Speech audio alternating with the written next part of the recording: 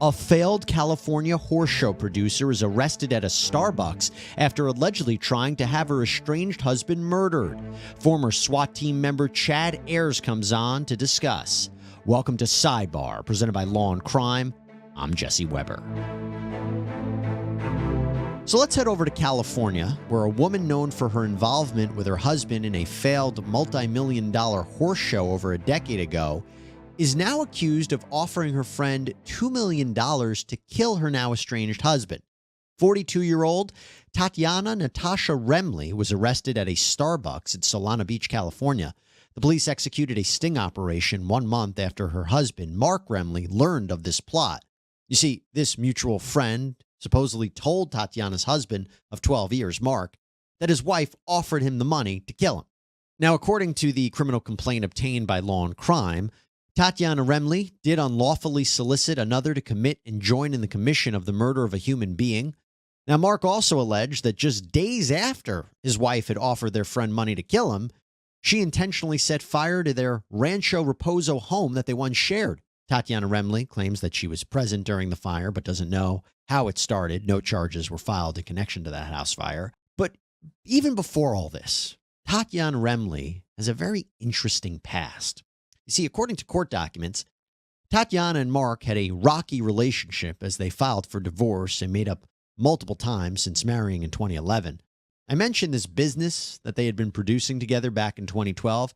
This was a production. It was called Valatar, and it was an acrobatic equestrian show. The plan was to have it run for over 40 performances at the Del Mar Fairgrounds, yet the production fell apart, and that left many of the performers and vendors flat out to dry. In fact, a San Diego Union Tribune story from the time quoted the former director of Valatar, and he said that the horse show production was tripped up from the start due to the Remley's crumbling marriage. The director said, quote, "I told Mark, I don't care about your personal life. I just don't want it to affect the show." Apparently, the couple had another business, a cycling studio that they opened in 2015, but it closed the following year. And the evidence of the couple's troubles really came to light in the most recent court filing in July of this year after separating in May. Tatiana made allegations that Mark verbally, physically, and even sexually abused her. She reportedly accuses him of pointing a gun at her head, also accuses him of chasing her around the house with a knife. Now, all these claims Mark denies, says they're made up. But among the details in the divorce filings was a claim that Tatiana was, quote, experiencing extreme financial strain since she has no income and is unable to maintain her realistic monthly expenses of just $12,000, much less what she was accustomed to at $50,000. Tatiana Remley is facing 3 charges, solicitation of murder, as well as 2 weapons charges, carrying and concealing 3 firearms not registered in her name in a vehicle, and carrying a loaded firearm in a public place not registered in her name. Remley is being held without bail at the Los Colinas detention facility. She's going to be in court on October 16th for a preliminary exam readiness hearing. All right, so clearly quite the story. But for more analysis on it, let me bring in Chad Ayers, former sheriff's deputy for Greenville County in South Carolina and former member of the SWAT team, where he served as an assistant team leader. Chad, always good to see you, and welcome back to Sidebar, sir. It's great to be back, Jesse, and what a story we have today. What a story. I say it feels different, but yet I've covered so many murder-for-hire stories. Does this one feel different for you in your experience? Honestly, it doesn't. In my career, I actually worked undercover on several murder-for-hire cases. We'll get into that here in a little bit, but it doesn't. Honestly, a lot of times it's obviously for financial gain, financial reasons. A lot of times, in these murder-for-hire cases, this is a textbook murder-for-hire case. Don't see a lot of variance from a normal one of these. You know what I find so interesting about them? And again, she's innocent until proven guilty. These are just allegations. But when you have the murder-for-hire cases where you're essentially outsourcing the work and making sure that you don't leave a fingerprint, in the cases I've seen, and I'm curious if you've seen this in your career, doesn't it leave the biggest trail of evidence, especially when the person she allegedly hired, turned on her? Well, that's the thing. I was thinking about that this morning. We are innocent until proven guilty, right? But when you have the defendant sitting there on audio and likely on camera, either, meeting with the person that they've hired or an undercover cop, you're basically getting your confession right there in real time. You're seeing it. I mean, it's the most damning piece of evidence that you have. So it is. There's no in these cases they have to be pretty sealed tight to get a good conviction, and that's why having someone on audio and video is key. You're saying that because they can always turn around and say, I never intended for this. I was angry. I never really wanted this person to kill someone.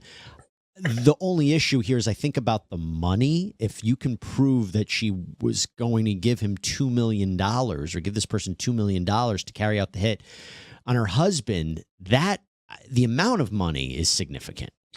Well, sure. The amount of money is significant, but let's look at their lifestyle. Obviously, the defendant comes and was married to someone that was very successful. They had a lot of money. Obviously, we saw in the news that she's used to this lavish lifestyle. $2 million apparently isn't much for this family or for this defendant to get her hands on. But yeah, once you have someone, I've even been part of them, Jesse, where they bring the cash to the meet location, where we're meeting, we're discussing that. And same one that I was involved in was a female. She pulled a bank envelope out. So I've got I've got her asking me to do it. I've got her passing me the money to commit the crime.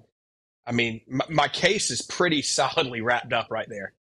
The only thing here is apparently Miss Remley, she was in the process of divorcing or separating from her husband, and she was saying that she's not bringing in any income. So it does make me wonder if she was actually going to pay up, if this was her plan. I was very curious at the way this sting operation happened.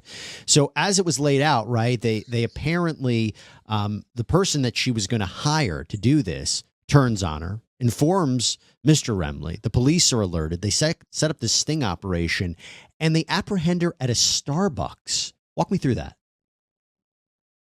Yeah, so obviously, in these types of cases, I want to make the person that's reaching out, wanting to set up this murder for hire, I want to make them as comfortable as possible. I don't want anything out of line that's different than their way of life. So what better place than to meet in a coffee shop to have this conversation? And obviously, in that coffee shop, they're probably going to have other undercovers in there surveilling her as a cover team in case things go bad in that situation. But again, it's not breaking, it doesn't really surprise me because the one I did was actually at a McDonald's, eating inside of McDonald's when we did the takedown inside there. So obviously when the arrest takes place, people are in shock. But again, that's her way of life. We want to make them as comfortable as possible as we're building this case. Do you do that if you're going to do it in a public area? Do you do it at a time when there's less traffic? Well, so obviously in a case like this person is reaching out. And so the idea that this person's likely armed or going to commit some type of violence, not very likely. So daytime, that doesn't really bother me in this type of situation. Now, if this was someone that law enforcement was meeting with that was probably the person going to commit the murder, right? Sure, I would probably try to do that in a situation where there's not a lot of pedestrians or innocent civilians around in a more controlled environment to limit any type of possible danger to the community. Now, Remley has accused her husband of all kinds of abuse. She talked about physical abuse. She talked about him threatening her. She talked about sexual abuse. It was laid out in their divorce petition.